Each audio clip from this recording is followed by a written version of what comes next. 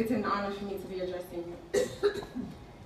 Occasionally, I'm inspired by events in my life to write poetry, and I would like to start by reading a poem that I wrote recently.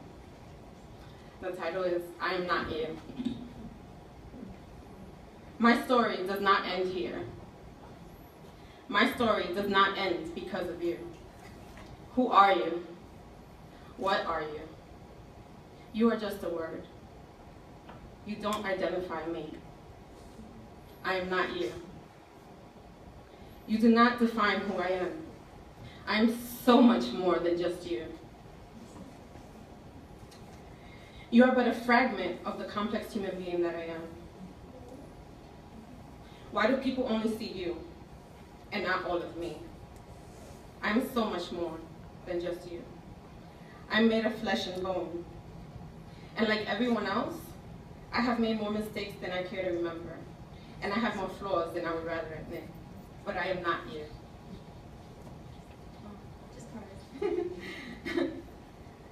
I am the daughter of Dominican immigrants.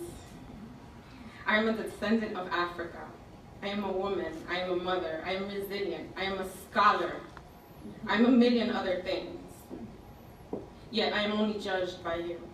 Why? I am not just you. They see you, but don't see the story behind you.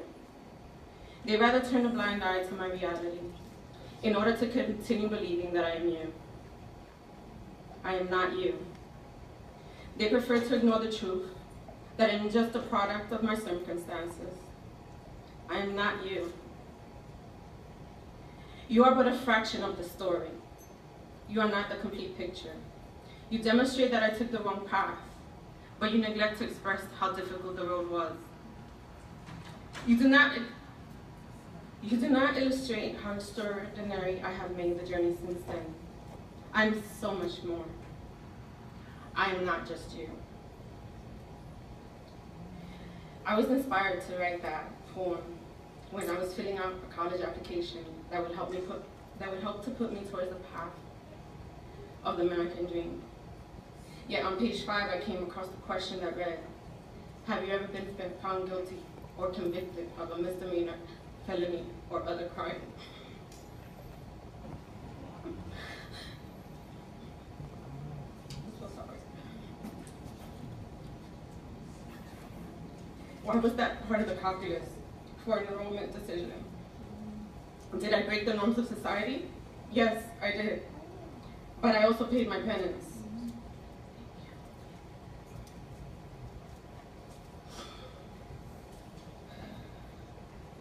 Are we to be punished and prevented from ever being our best selves and being productive members of society? There are almost 70 million people in the United States with a criminal record. These are our neighbors. These are our classmates. These are our co-workers and our family members. We are not disposable items that we no longer have use for. We are people just like you. And like you, we are also imperfect. We deserve an opportunity to redeem ourselves because no one is beyond redemption. I can tell you a million stories of people who, just like me, have been directly impacted by mass incarceration and are now leaders in our community. There are people who promote social justice issues. They work in fields that help strengthen our country. We are all so much more than the sum of our mistakes. My first encounter with the criminal justice system was with my partner, the father of my son, was arrested on conspiracy charges. My son and I lost our only source of support. We lost our apartment and had to resort to the generosity of family and friends to avoid sleeping on the streets. My circumstances placed me in a complicated position in order to support my family. I made a series of poor decisions, which ultimately placed me in prison as well. While I was incarcerated, I made the decision that I wanted to return to school because I needed to escape my circumstances and set a good example for my son. Once I completed my sentence, not only did I have to start from scratch, but I found myself with new obstacles as well. My son's father had been deported. And although I am an American citizen because I was born here, I had now had barriers to voting, to employment, to school, to housing, to a million other things that you would not even consider. And those are going to follow me for the rest of my life. I quickly found myself falling into a deep depression, which took me some time to get out of. Every door was slammed in my face. I was being prohibited the opportunity to achieve my goals. I was not being able, I was not being allowed to become the change agent that I wanted to, that I had envisioned. However, as we as women often do, I stood up for myself. I persisted in my attempt to reach my goals.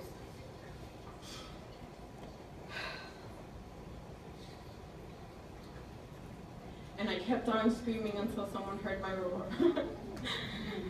And that someone would see my little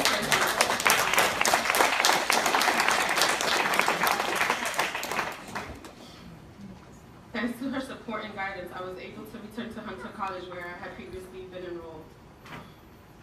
Not long after that, there was a pivotal moment in my life. I attended the Beyond the Bars conference at Columbia University. I will never forget that feeling. When I entered, I was in awe. I just knew that this was someplace that I wanted to be.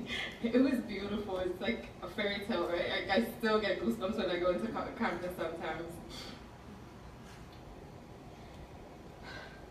But why would they accept me, right? Someone with my past. Never in a million years did I think that they would accept me. I just applied to try and set an example for my son. I wanted to show him that he needed to reach for the stars always, that he couldn't put himself down. But here I am, they accepted me.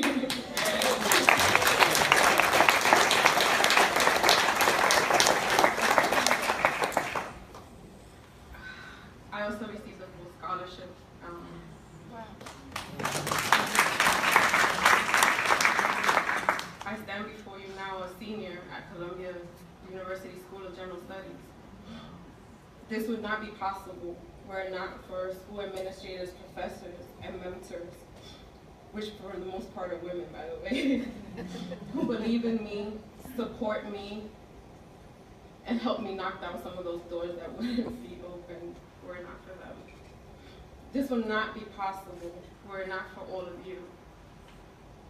Because although I have a full scholarship, it does not cover my housing costs due to the rigorous academics, curriculum, and my family responsibilities.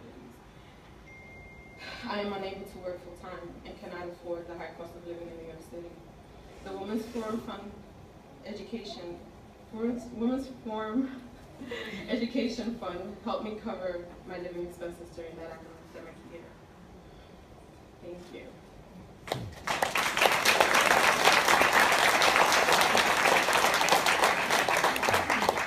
My struggles are far from over. Money is a continuous personal concern, and I am often unable to cover my rent, which then leads to other difficulties which affects my academic performance sometimes. However, the Women's Forum Education Fund enabled me to concentrate on my education and even make the Dean's List both semesters.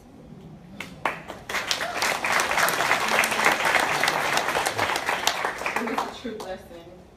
Therefore, I would like to once again thank all of you for believing in me. Thank you for seeing past the negative labels. Thank you for being your sister's keepers.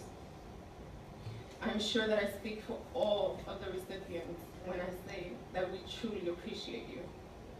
Thank you for believing in us and helping us continue our story.